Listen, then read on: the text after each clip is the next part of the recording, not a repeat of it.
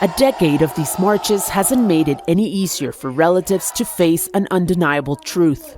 Justicia! Even after all this time, they still don't know what happened to their missing children.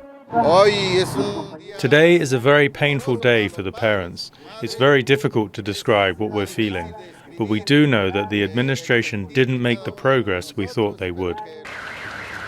The attack and disappearance of 43 student teachers from the state of Guerrero stands as the most symbolic example of violence and corruption in Mexico's recent history. Shortly after the incident, it became clear that various levels of authorities had colluded with drug cartels to disappear the students. President Andrés Manuel López Obrador promised and failed to find out what happened and bring those responsible to justice. Hicimos todo. We did everything we could to find the students, and we were not protecting anyone. We wanted to know everything. But things got complicated and tangled because of different interests. But family members reject this claim by the president, saying his administration interrupted an independent investigation into the case to protect the military, which plays a central role in his government.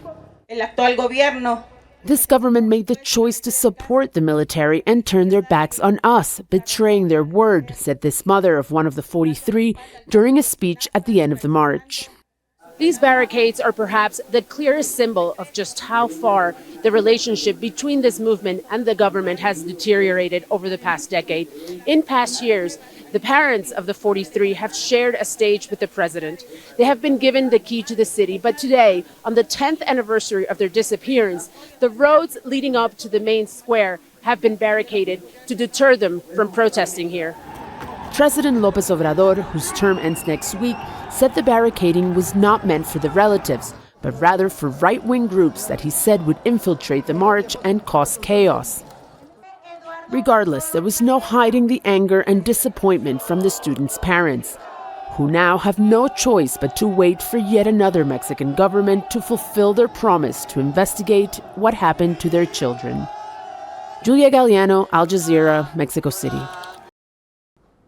Make sure to subscribe to our channel to get the latest news from Al Jazeera.